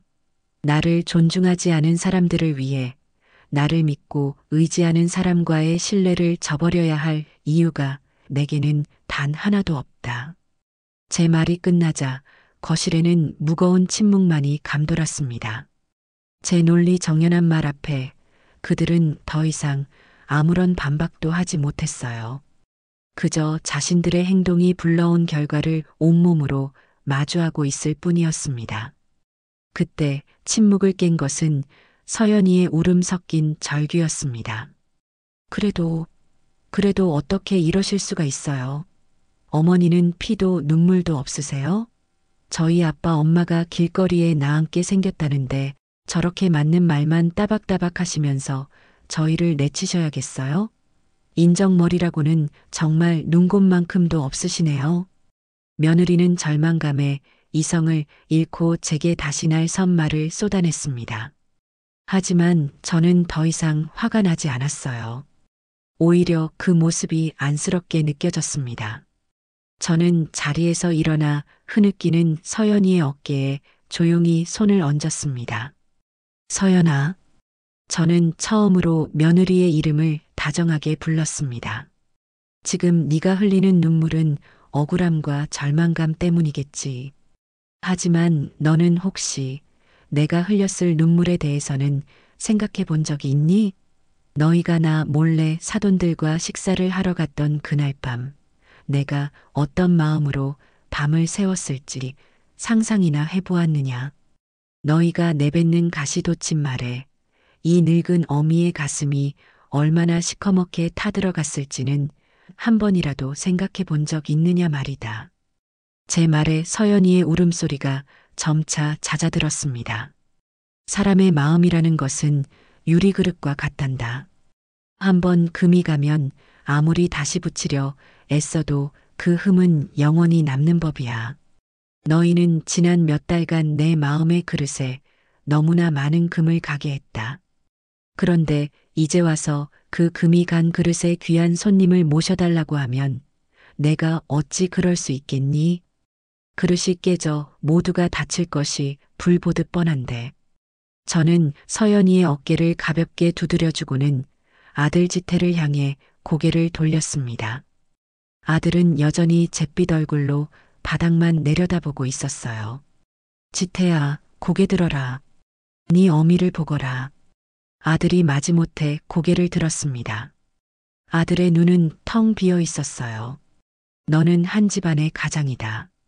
언제까지고 네 어미 치맛자락에 매달려 문제를 해결하려고 해서는 안 된다. 이 문제는 너와 네 아내가 그리고 사돈 어른들과 함께 머리를 맞대고 풀어야 할 너희의 숙제다. 처가가 어려움에 처했다면 사위인 너가 발벗고 나서서 도울 방법을 찾아야지. 가장 손쉬운 방법으로 늙은 어미에게 모든 짐을 떠넘기려는 생각부터 하는 것은 가장으로서 아주 무책임한 행동이다. 저는 아들의 눈을 피하지 않고 똑바로 말했습니다. 너희 부부가 살고 있는 집의 보증금을 빼서 사돈댁에 보태드리든 아니면 은행에 가서 대출을 알아보든 방법은 찾아보면 있을 것이다. 어렵고 힘들겠지. 하지만 그게 바로 어른이 되어가는 과정이고 가족의 의미를 배우는 과정이다. 언제까지고 부모 그늘 아래서 편하게만 살 수는 없는 일 아니겠니? 제 말은 아들에게 내리는 마지막 가르침이자 이제는 정말로 독립하라는 선언과도 같았습니다. 지태는 더 이상 아무 말도 하지 못하고 그저 제 말을 묵묵히 듣고만 있었습니다.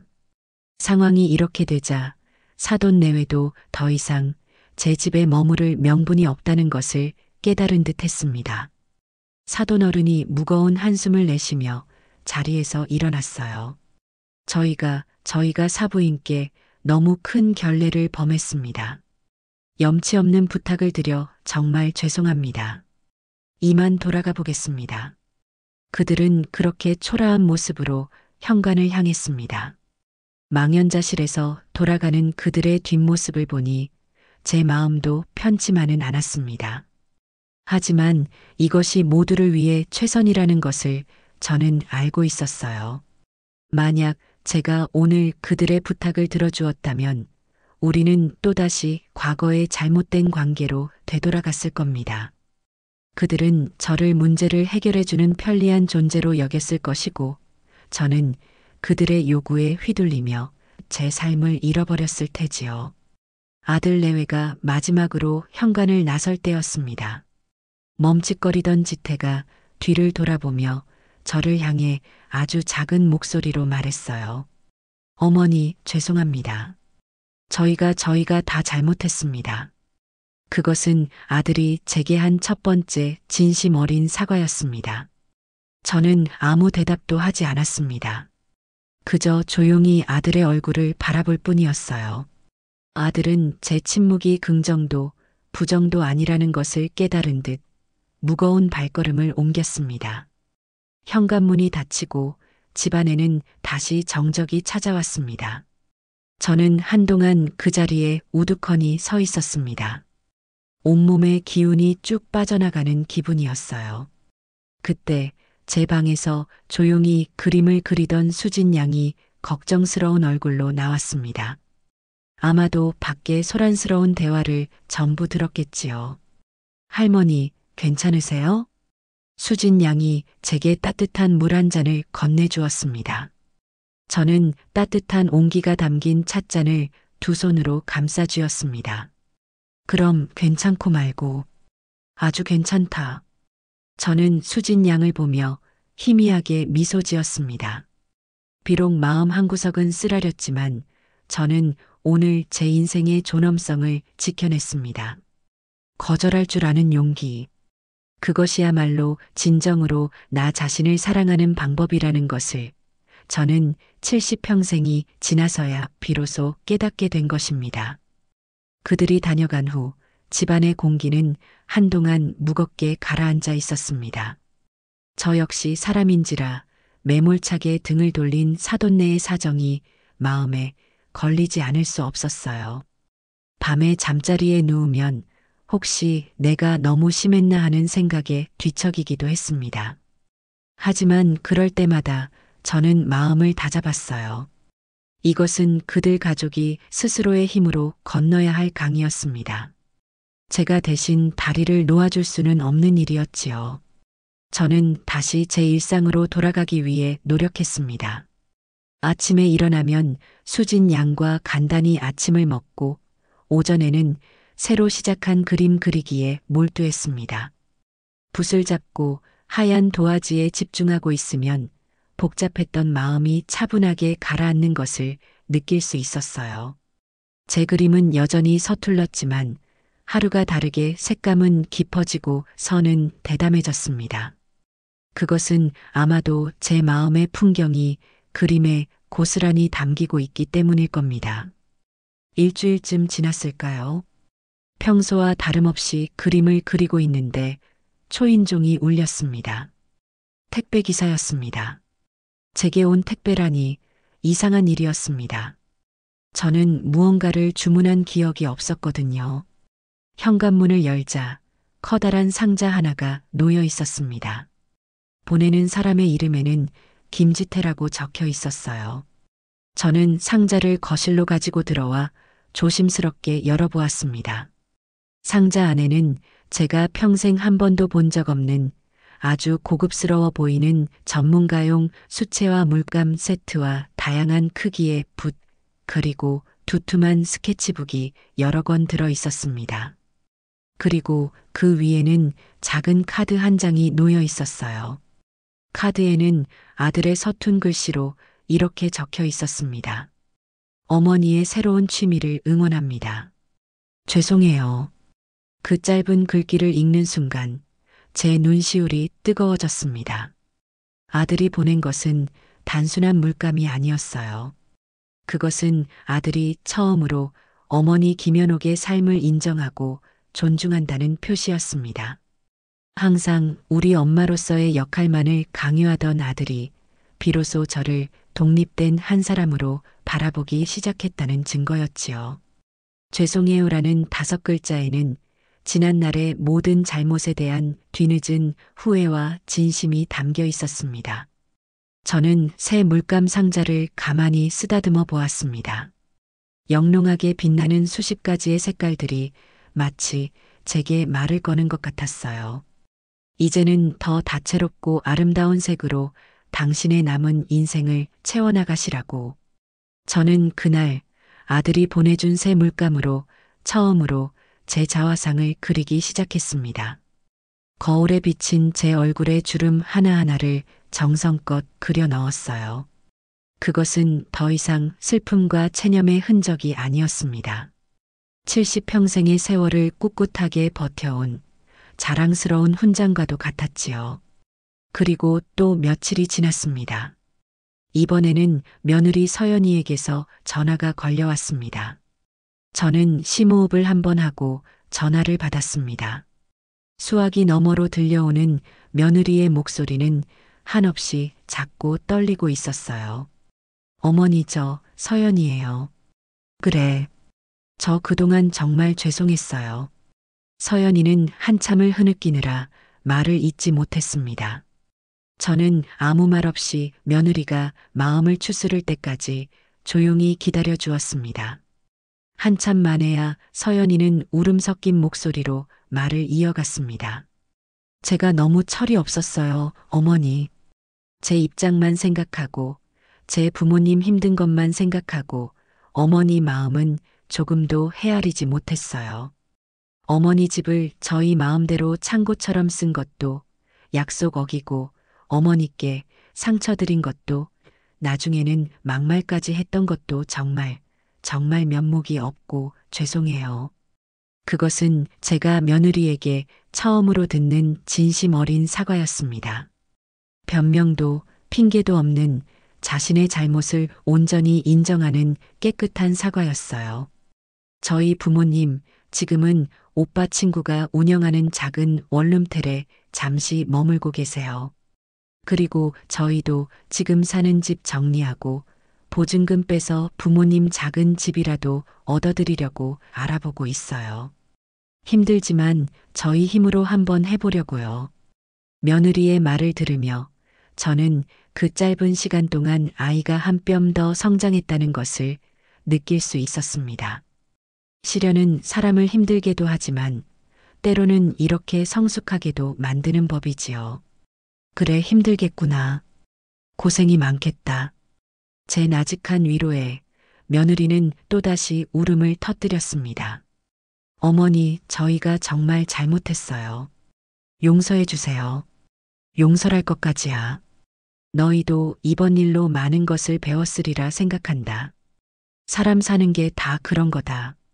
넘어지고 깨지면서 배우고 또 한 걸음 나아가는 거지. 너무 자책만 하지는 말거라. 저는 따뜻하지만 여전히 어느 정도의 거리를 둔 목소리로 며느리를 달랬습니다. 쉽사리 괜찮다, 다 용서한다고 말할 수는 없었어요. 용서는 말이 아니라 앞으로의 시간 속에서 그들의 변화된 행동을 보며 천천히 이루어져야 하는 것이었으니까요. 그날의 통화는 어색하지만 진솔한 분위기 속에서 끝이 났습니다. 전화를 끊고 나서 저는 창가에 놓인 작은 화분에 물을 주었습니다. 얼마 전 수진 양이 선물한 난초였는데 앙상하던 가지 끝에 어느새 작은 꽃망울이 맺혀 있었어요. 우리 관계도 저 꽃망울처럼 혹독한 겨울을 이겨내고 다시 아름다운 꽃을 피울 수 있을까? 그런 생각을 잠시 해보았습니다. 그 주 주말 아들에게서 다시 전화가 왔습니다. 이번에는 아주 조심스럽고 정중한 목소리였어요. 어머니, 저 지태입니다. 혹시 다음 주 토요일 저녁에 시간 괜찮으세요? 왜 그러니? 어머니께 식사 대접하고 싶어서요. 서연이랑 저랑 셋이서요. 어머니 좋아하시는 한정식 집으로 예약해 놓겠습니다. 이번에는 정말 저희 셋이서만 먹는 겁니다. 꼭이요. 아들은 정말 저희 셋이서만이라는 말을 여러 번 강조했습니다. 그것은 과거의 잘못을 되풀이하지 않겠다는 굳은 다짐처럼 들렸어요. 저는 잠시 망설였습니다. 아직 마음의 준비가 완전히 된 것은 아니었거든요. 하지만 언제까지고 이렇게 담을 쌓고 살 수는 없는 노릇이었습니다. 변화는 이미 시작되었고 저는 그 변화에 응답해 주어야 할 의무가 있었습니다. 그래, 그러자꾸나. 제 짧은 승낙에 수화기 너머의 아들이 안도의 한숨을 내쉬는 것이 느껴졌습니다. 약속을 정하고 전화를 끊은 뒤 저는 옷장으로 다가갔습니다. 그리고는 가장 안쪽에 걸어두었던 단 한 번도 입고 나가지 못했던 그 연보라색 블라우스를 꺼내 들었어요. 먼지를 털어내고 다시 한번 몸에 대어 보았습니다. 이제는 이 옷을 입고 나갈 수 있을 것 같았습니다. 과거의 상처와 아픔을 상징했던 이 옷이 이제는 새로운 시작과 화해를 위한 옷이 되어줄 것이라고 믿고 싶었습니다. 약속한 토요일 저녁, 저는 낮에 미용실에 들러 단정하게 머리를 손질하고 오랫동안 옷장 속에 잠들어 있던 연보라색 블라우스를 꺼내 입었습니다. 처음 이 옷을 샀을 때의 설렘과는 다른 차분하고 담담한 마음이었어요. 거울 앞에 선 제 모습이 낯설지 않았습니다. 지난 몇 달간의 시간은 제 외모뿐만 아니라 내면까지도 단단하게 만들어준 듯 했습니다. 아들은 약속 시간보다 10분이나 일찍 집 앞에 도착했습니다. 차에서 내린 지태와 서연이는 저를 보자 깍듯하게 허리를 숙여 인사했어요. 특히 며느리 서연이는 예전의 화려하고 도도한 모습 대신 수수하고 단정한 옷차림에 무척이나 조심스러운 태도를 보였습니다. 차를 타고 식당으로 가는 내내 어색한 침묵이 흘렀습니다. 아들은 운전에만 집중했고 며느리는 무릎 위에 놓인 두 손만 만지작거렸어요. 저는 창밖으로 스쳐 지나가는 풍경을 바라보며 어떤 이야기부터 꺼내야 할까 생각했습니다. 예전 같았으면 이 어색함을 견디지 못하고 먼저 아들의 회사 생활이나 며느리의 안부를 물었겠지만 이제는 서두르지 않기로 했습니다. 침묵의 무게를 견디는 법을 배운 것도 제게는 큰 변화 중 하나였습니다. 우리가 도착한 곳은 지난번 그 한정식 집이 아니었습니다. 아들은 일부러 그곳을 피한 듯 조용하고 아늑한 분위기의 다른 식당을 예약해 놓았더군요. 그 작은 배려가 제게는 고맙게 느껴졌습니다. 우리는 창가 자리에 안내를 받았습니다. 주문을 하고 음식이 나오기를 기다리는 동안에도 어색함은 쉽게 가시지 않았어요. 먼저 침묵을 깬 것은 의외로 저였습니다. 하지만 저는 과거의 일을 들추거나 그들을 추궁하는 대신 전혀 다른 이야기를 꺼냈습니다. 요즘 내가 그림을 그린단다. 제 말에 아들 내외는 기다렸다는 듯 고개를 들고 제 얼굴을 바라보았습니다. 수진 양이 가르쳐 주어서 시작했는데 이게 여간 재미있는 게 아니야. 처음에는 선 하나 긋는 것도 떨렸는데 이제는 제법 그럴듯한 풍경화도 그리게 되었단다. 얼마 전에 너가 보내준 물감으로 그려봤더니 색깔이 어찌나 곱고 선명한지 그림이 훨씬 살아나는 것 같더구나. 고맙다 아들아. 저는 아들을 보며 진심으로 고마움을 표현했습니다. 제 말에 지태는 멋쩍은 듯 머리를 극적이며 말했어요. 아니에요 어머니. 어머니가 좋아하시는 것 같아서 저도 기뻐요. 그리고 서연이 너는 요즘 어떻게 지내니? 사돈 어른들은 원룸텔이 좁아서 불편하지는 않으시고? 저는 며느리의 안부와 함께 사돈의 안부도 물었습니다. 제 입에서 사돈 이야기가 나오자 서연이는 깜짝 놀란 듯 눈을 동그랗게 떴다가 이내 차분하게 대답했습니다. 네 어머니. 걱정해 주셔서 감사해요. 처음에는 다들 힘들어 하셨는데 지금은 많이 적응하셨어요. 저도 주말마다 가서 반찬도 해다 드리고 아빠랑 오빠도 시간 날 때마다 들러서 말벗이 되어드리고 있어요. 저희가 지금 사는 집도 곧 계약이 끝나서 보증금 받으면 부모님 사실 작은 빌라라도 하나 알아봐 드리려고요. 며느리는 자신들의 계획을 담담하게 이야기했습니다. 그 목소리에는 더 이상 누군가에게 의지하려는 나약함 대신 스스로의 힘으로 어려움을 헤쳐나가려는 굳은 의지가 담겨 있었어요. 저는 조용히 고개를 끄덕였습니다. 그렇게 저의 새로운 일상과 그들의 새로운 계획에 대한 이야기가 오가면서 식사 자리의 분위기는 조금씩 부드러워졌습니다. 우리는 더 이상 과거의 상처를 들추지 않았습니다. 대신 각자의 자리에서 꿋꿋하게 자신의 삶을 살아내고 있는 현재의 모습에 대해 이야기했어요. 아들 내외는 처음으로 어머니 김연옥의 이야기에 진심으로 귀를 기울였고 저 또한 아들 내외가 아닌 한 사람의 성인으로서 어려움을 마주하고 있는 김지태와 이서연의 모습을 보게 되었습니다. 식사를 마치고 집으로 돌아오는 차 안에서 아들 지태가 먼저 입을 열었습니다. 어머니, 오늘 정말 감사했습니다. 그리고 다시 한번 죄송합니다. 저희가 정말 어리석었어요. 어머니의 집을 그리고 어머니의 시간을 저희 마음대로 할 수 있는 거라고 착각하고 살았습니다. 옆에 앉아있던 서연이도 조용히 고개를 끄덕였습니다. 맞아요, 어머니. 저희는 어머니를 독립된 한 사람으로 존중해드리지 못했어요.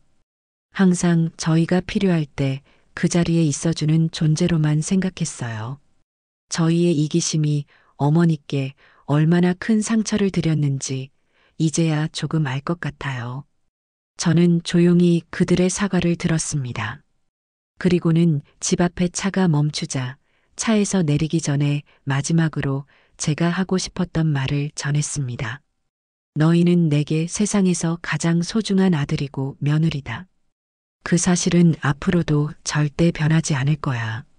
하지만 이제는 우리 서로의 삶을 존중하는 법을 배워야 한다. 이 집은 내 삶의 공간이고 내 인생은 온전히 내 것이라는 걸 너희가 기억해줬으면 좋겠다. 저는 두 아이의 눈을 차례로 바라보며 말을 이었습니다. 앞으로는 서로에게 당연한 존재가 되지 말자. 도움이 필요하면 정중하게 부탁하고 고마운 일이 있으면 진심으로 표현하고 그렇게 서로를 독립된 인격체로 존중하며 지내는 것. 그것이 내가 너희에게 바라는 새로운 가족의 모습이다. 제 말에 아들 내외는 말없이 고개를 끄덕였습니다. 그들의 눈에는 눈물이 살짝 고여 있었지만 그것은 더 이상 절망이나 억울함의 눈물이 아니었습니다. 새로운 관계에 대한 희망과 다짐의 눈물처럼 보였어요. 그날 밤 저는 집으로 돌아와 오랫동안 그리고 있던 자화상을 완성했습니다. 그림 속에 저는 연보라색 블라우스를 입고 창가에 앉아 희미하게 미소 짓고 있었어요. 제 뒤로는 따스한 햇살이 쏟아져 들어오고 있었지요. 저는 완성된 그림을 거실벽 가장 잘 보이는 곳에 걸었습니다. 그때 제 휴대전화가 짧게 울렸습니다. 아들이 보낸 사진 메시지였습니다. 사진 속에는 지태와 서연이가 작은 원룸텔 방에서 사돈 내외와 함께 환하게 웃고 있는 모습이 담겨 있었어요. 좁고 초라한 공간이었지만 네 사람의 표정은 그 어느 때보다 행복해 보였습니다. 사진과 함께 짧은 글이 도착했습니다. 어머니, 저희도 저희 힘으로 잘 살아볼게요. 지켜봐 주세요. 저는 그 사진을 보며 조용히 미소 지었습니다. 서둘러 답장을 보내는 대신 그림 그리다 만 찻잔을 들고 창가로 다가가 밤하늘을 바라보았어요. 제 마음은 더할 나위 없이 평화로웠습니다.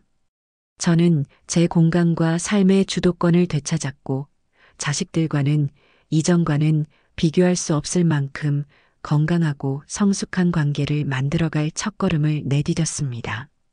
제 인생의 캔버스는 이제 막 가장 따뜻하고 희망적인 색으로 채워지기 시작한 것입니다.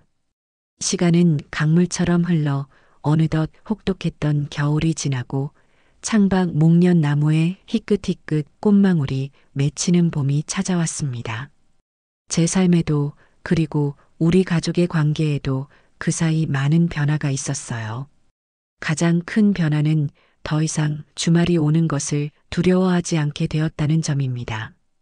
예전에는 혹시나 아들 내외가 예고 없이 들이닥칠까 혹은 이번 주에는 아무런 연락도 없이 지나갈까 하는 생각에 마음 졸이곤 했지만 이제는 온전히 저만의 시간을 평화롭게 즐길 수 있게 되었거든요.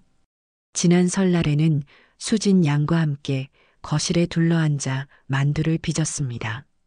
고소한 두부와 아삭한 숙주를 버무려 소를 만들고 얇은 만두피에 정성껏 복을 담아 빚는 동안 우리는 끊임없이 웃고 이야기했어요. 수진 양은 자기 고향에서는 만두를 이렇게 빚는다며 특이한 모양을 알려주었고 저는 제가 시어머니에게서 배운 전통 방식의 만두 모양을 가르쳐 주었습니다. 그렇게 한참을 빚다 보니 어느새 커다란 소쿠리 2개가 예쁜 만두로 가득 찼어요. 할머니, 우리 정말 식구 같아요. 명절에 이렇게 함께 만두 빚으니까 진짜 가족이 된 기분이에요. 수진 양의 말에 제 마음이 따뜻해졌습니다. 피를 나누지는 않았지만 서로를 존중하고 아껴주는 마음만 있다면 어디서든 새로운 가족이 될 수 있다는 것을 저는 수진 양을 통해 배우고 있었어요. 우리는 그날 저녁 갓 쪄낸 만두로 떡만둣국을 끓여 먹으며 소박하지만 더없이 행복한 명절을 보냈습니다. 아들 내외는 명절 당일 오전에 잠시 들렀습니다. 오기 전날 아들은 제게 미리 전화를 걸어 어머니, 내일 오전에 잠깐 찾아뵈어도 괜찮을까요? 하고 정중하게 허락을 구했어요. 이제 그들은 불쑥 찾아오는 법이 없었습니다. 그 작은 변화가 우리 사이에 얼마나 중요한 존중의 벽돌이 되어주는지 아이들도 깨달아가고 있는 듯 했습니다. 그들은 예전처럼 비싼 선물 세트 대신 정성이 담긴 작은 선물들을 가지고 왔어요. 아들은 제 어깨와 허리에 좋다는 안마기를, 며느리는 예쁜 색깔의 털실과 뜨개 바늘을 제게 내밀었습니다. 어머니, 그림 그리시다 보면 어깨 아프실 것 같아서요. 이걸로 틈틈이 풀어주세요. 어머니 뜨개질 솜씨 좋으시잖아요. 심심하실 때 하시라고 예쁜 색으로 골라봤어요. 더 이상 쓸모없는 물건들을 제 집에 떠맡기는 것이 아니라 저의 취미와 건강을 진심으로 생각하고 골랐다는 마음이 고스란히 전해져 와 코끝이 찡해졌습니다. 저는 아이들에게 고맙다고 말하며 수진 양과 함께 빚은 만두를 커다란 봉지에 가득 담아주었어요. 사돈댁에도 꼭 가져다 드리라고 덧붙이면서요. 그날 이후로도 우리 관계는 조용하지만 단단하게 새로운 형태를 갖추어 갔습니다. 저는 동네 문화센터에서 운영하는 노인 수채화 교실에 등록했어요. 그곳에서 저와 비슷한 연배의 새로운 친구들을 사귀게 되었습니다. 우리는 함께 그림을 그리고 가끔은 근처 공원으로 스케치 여행을 떠나기도 했습니다. 그림이라는 새로운 세상은 제게 낡고 외로운 노년 대신 활기차고 배움이 가득한 제2의 청춘을 선물해 주었어요. 그러던 어느 주말 오후 아들에게서 전화가 왔습니다. 거실에 쌓아두었던 자신들의 짐을 드디어 가져가겠다는 것이었어요. 작은 용달차를 불렀으니 잠시만 시간을 내어달라고 하더군요. 저는 그러라고 했습니다. 드디어 저 묵은 짐들이 제 집을 떠나게 된다는 생각에 속이 다 시원했습니다. 약속한 시간에 도착한 아들과 며느리는 작업복 차림이었습니다. 두 사람은 군소리 없이 거실 한쪽을 차지하고 있던 20개가 넘는 박스들을 묵묵히 용달차로 옮기기 시작했어요. 저는 그 모습을 지켜보며 아무 말도 하지 않았습니다. 그것은 그들이 스스로의 과거를 정리하는 의식과도 같았으니까요. 마지막 상자까지 모두 싣고 난 뒤 땀으로 흠뻑 젖은 아들이 제 앞에 서서 말했습니다. 어머니, 그동안 저희 짐 때문에 정말 답답하셨죠? 진작 가져갔어야 했는데 정말 죄송합니다. 아니다. 이제라도 가져가니 내 속이 다 후련하구나. 너희도 이제야말로 진짜 독립을 한 셈이니 앞으로는 홀가분한 마음으로 너희 살림 잘 꾸려나가거라. 제 말에 아들과 며느리는 희미하게 웃어 보였습니다. 짐들이 사라진 거실은 눈에 띄게 넓고 환해 보였어요. 마치 제 마음속을 짓누르던 마지막 응어리까지 함께 실려나간 기분이었습니다. 그들이 돌아가고 난 뒤 저는 텅 빈 거실 한가운데 한참 동안이나 서 있었습니다. 집은 고요했지만 더 이상 외롭지 않았어요. 옆방에서는 수진 양이 그림 그리는 소리가 희미하게 들려왔고 창밖에서는 이제 막 세상을 향해 피어나는 봄꽃들의 향기가 실려 들어왔습니다. 저는 거실벽에 걸린 제 자화상을 가만히 올려다보았습니다. 그림 속에 저는 연보라색 블라우스를 입고 희미하게 미소 짓고 있었지요. 저는 깨달았습니다. 진정한 행복은 누군가에게 기대거나 희생을 강요해서 얻어지는 것이 아니라는 것을요. 오롯이 나 자신으로 바로 서서 내 삶의 주인이 될 때 비로소 찾아오는 것이었습니다. 나를 존중할 줄 아는 사람만이 타인과 건강한 관계를 맺을 수 있는 법입니다. 저는 이제 더 이상 아들에게 모든 것을 거는 어머니가 아닙니다.